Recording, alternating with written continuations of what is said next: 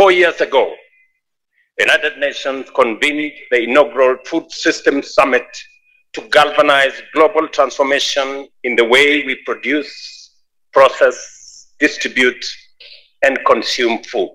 We take stock once more. The picture is mixed. Undeniably, we have made meaningful and significant progress in providing the world with more sufficient, safe, and nutritious food, contributing to reductions in poverty and hunger.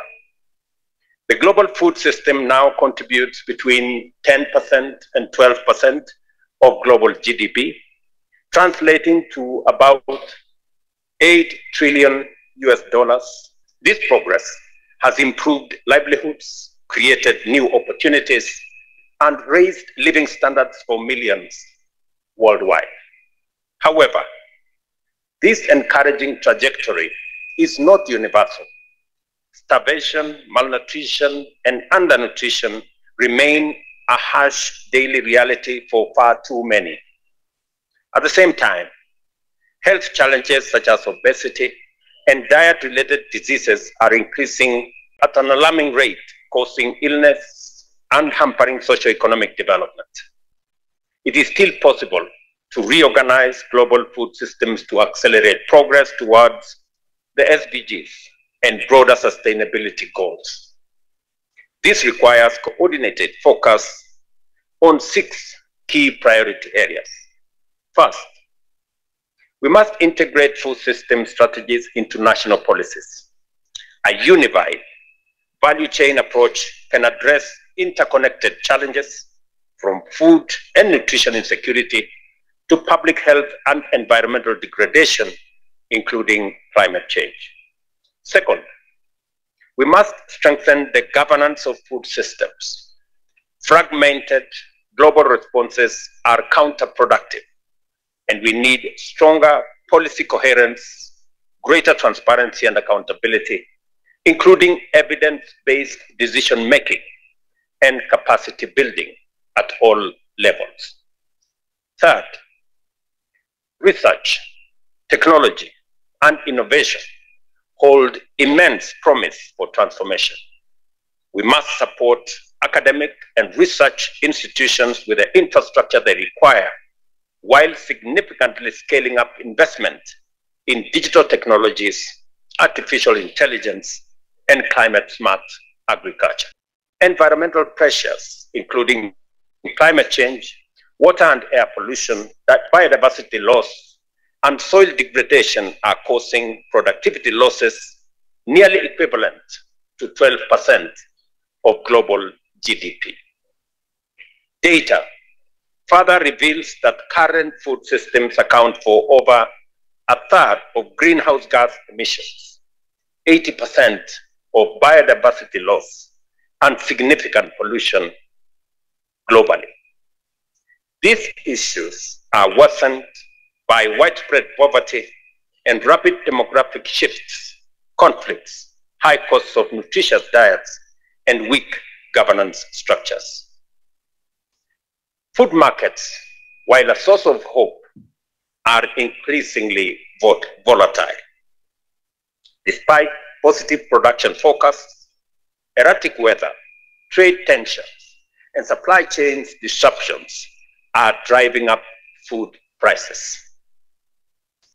The Food Agricultural Organization's 2024 State of Food Security and Nutrition in the World SOFI report affirms these concerns. The Green Climate Fund estimates that global private sector manages over $210 trillion in climate investments and private equity. We must strengthen our engagement with this sector to unlock the capital necessary for the transformation of food systems.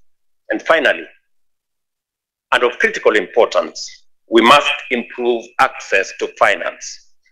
Tailored financial products are essential for smallholder farmers, startups, and agripreneurs. We must also promote digital financial solutions such as M-Pesa, which in my country enables every citizen to access financial services instantly and securely. Public-private partnerships are indispensable. We must deepen collaboration with financial institutions, both public and private, to leverage their power and catalyze investment, scale up solutions, and deliver meaningful change. Excellencies, ladies and gentlemen, we have a solemn obligation to ensure adequate, healthy, and sustainable food for all, to promote shared prosperity, and to safeguard a resilient planet. Let us take ambitious, concrete, scalable, and timely actions to align food systems with our commitment to achieving zero hunger by 2030. This is a moment to take stock and to renew our shared commitment to building food systems that are resilient, inclusive, and just.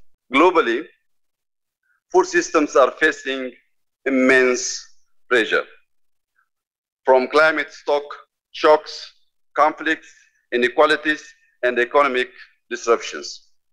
At the same time, development assistance is declining and multilateral cooperation is under strain. These challenges threaten production, supply, and the dignity and stability of nations. Yet, in this context, the human spirit and our shared resolve to act remains strong. Despite progress, the African continent faces mounting challenges. Yet Africa can feed itself and help feed the world. But this requires, first, development financing. Africa needs predictable concessional finance to invest in agriculture, rural transformation, infrastructure, and nutrition.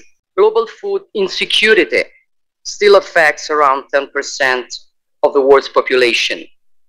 And this percentage is largely concentrated here in Africa, where 1 in 5 people suffer from hunger and do not have access to sufficient, safe, and nutritious food to lead a healthy life.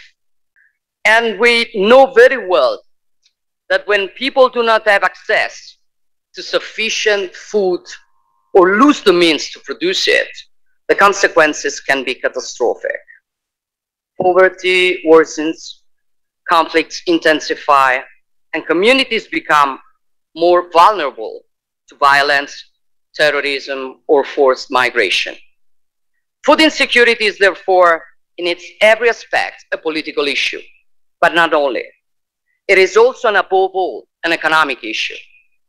We would be making a serious mistake if we limited ourselves to looking at food systems through the face of poverty, suffering, and hunger. Food systems are an engine of growth and development, both for the most fragile nations and for those that are economically more solid.